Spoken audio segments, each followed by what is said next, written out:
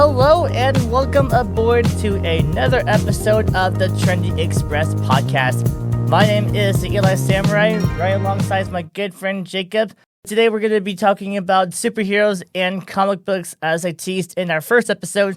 But before we dive right in, Jacob, why don't you tell us about the origins of comics and superheroes? Well, it has to be brief because there's so much. But, the earliest one was an unknown called Histoire de M. Vaubois. Did I get that right? You probably did. That sounds pretty good, right? In 1837 by Rodolphe Topfer, and it's considered to be the first, but the first one that's more like modern, if you will, was in the 30s. It's a newspaper comic strip by the name of Hugo Hercules.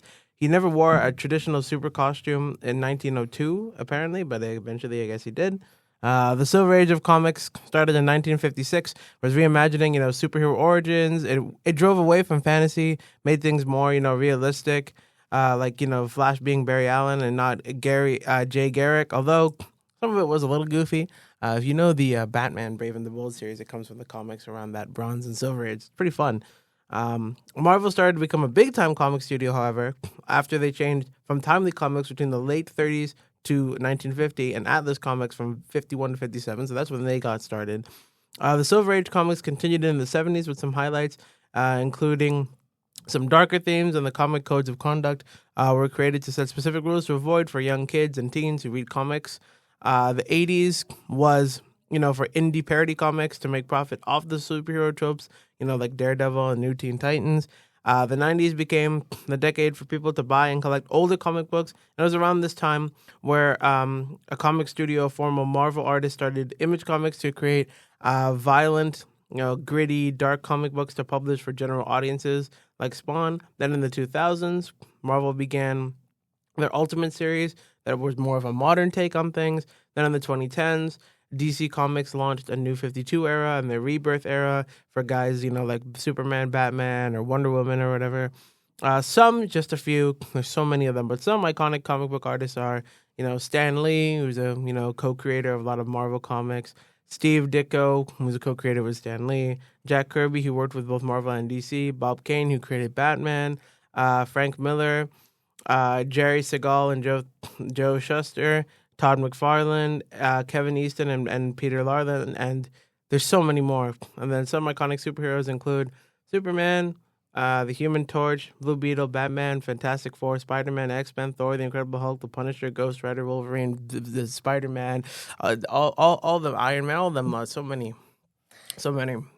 Yeah, and that it really is a lot of superheroes right there. But I mean, they have like a historic value to like different types of comic fans out there. Like, I think the biggest ones for superheroes has got to be like Batman and the DC, and then you got like Spider-Man and Marvel. I know. When I was a kid, that was the biggest one. I was such a big fan of Batman when I was a kid. Also, you have the Submariner written down. It's funny because the only time I've ever heard of the Submariner was like a Family Guy joke. Like they're making fun of him. That's the only time I've ever heard of the Submariner. That was Namor back in the day because he was created in like the 30s with Timely Comics around the time with what's his name again? Captain America. So is he really just Aquaman but worse? Really something like that. Well, for Namor, he has like a complicated history, because early days, he was just like a superhero for Atlantis, which might be like a big comparison to DC.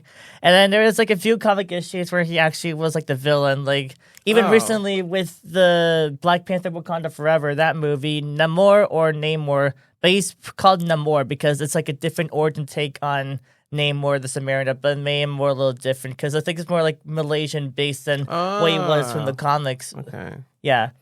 And there's so many other superheroes that are out there. Like, I really like the Teenage Mutant Ninja Turtles because I got introduced to the cartoons back in the 2010s, and then I found out that they had like a comic book origin from Kevin Eastman and Peter Laird.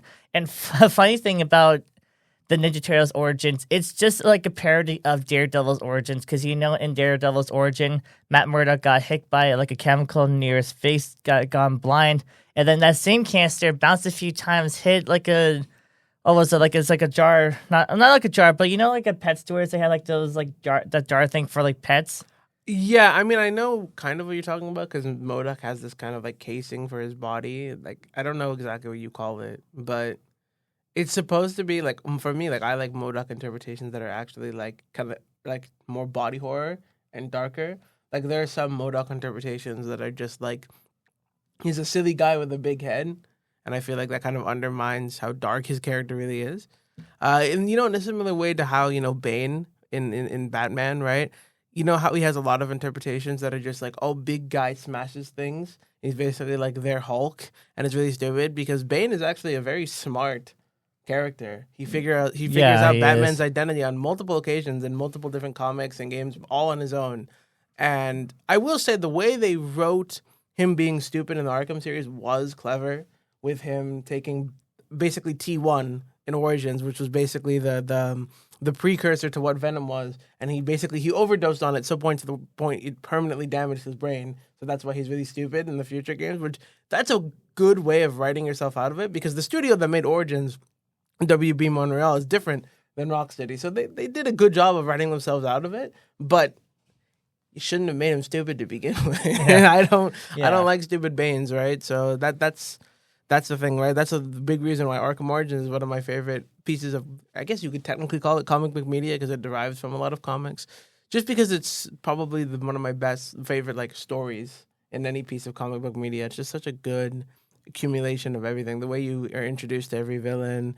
I will say they could have probably done more with the side villains, like Shiva, who has like a lot of history, but it was still really good.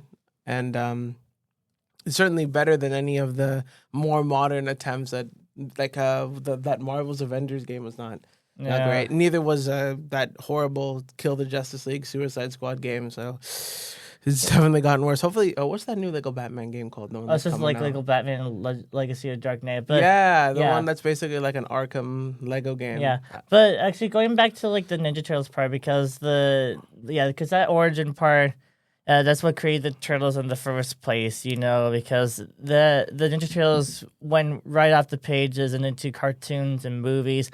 And even for like modern comic books, the Ninja Turtles they actually did a crossover with Batman like a few times before. Yeah, it's really crazy how many just like because I'm not like super. I wouldn't call myself super into comics. I haven't really read much, but it's crazy how much media you can find within like a 5 minute search because the amount of shows, comics, video games, crossovers, movies, all that kind of stuff that you can find for just one character or one set of characters that then branches out to so many different influences. It's like overwhelming. It's so many of them. Yeah, because no one. I don't think there's much people that could get bored with comics, especially those who are like reading much. Yeah, if you wanna just go into it, whether it's comics or even just any media based on comic books, there's just so much to choose from. Like literally, you could just keep rifling off different things that have some kind of comic book influence, and you could just never stop if you keep going. Yeah, and that's what's really cool about superheroes because they are from the comic books back in the day, and then they're still around to this day. Even one part I really like about comic books there is if you go to Universal on Islands of Adventure when you go to Marvel Superhero City, it's like being inside of a comic book because the whole area, like where they made all the buildings and stuff, it looks like it's straight from the '90s comics, which is like a really cool thing, and especially the Amazing Adventures of Spider-Man. I really like that ride because it has like a comic book feel when you go on the ride. It feels like they're part of the adventures with Spider-Man and also meeting the Syndicate 5 because there's something special about reading comics and adapting those into TV shows or movies because it's a really big medium. Yeah. One thing I will say too, I haven't read it myself, but one of my favorite comic book things is and games is Injustice. And if there's a video, I just looked it up. It's Cosmic Storian, and he has a video of the entire Injustice like story from start to finish. It's a 7 hour and 20 minute long supercut. And if you want something to listen to, I recommend that for sure. Well, that is all the time we're going to have for today's episode. Thank you very much for joining in another episode of the Trendy Express podcast. Now, I would like to hear from you. What is your favorite comic book or superheroes? Leave it down in the comments. But also, we're going to be talking more on the pop culture, There's going to be so many more guests in the future, and I hope that you can stay with us as we continue our journey into the pop culture world. So be sure to follow us on Instagram at trendyexpress_podcast. We're going to have lots of different content out there, like teasers and different clips like I've done before. There's also going to be a YouTube channel, which you can watch all these episodes on. You can see more of what we're going to be doing in the future, maybe like a second channel in the future, right? we don't know, but there is going to also be just audio versions of our podcast, so then you can listen to it when you go in your car ride, or if you just want to listen to us while you sleep, that's all up to you. Thank you once again for checking us out for the Trendy Express podcast. So stay trendy, and we'll see you next time.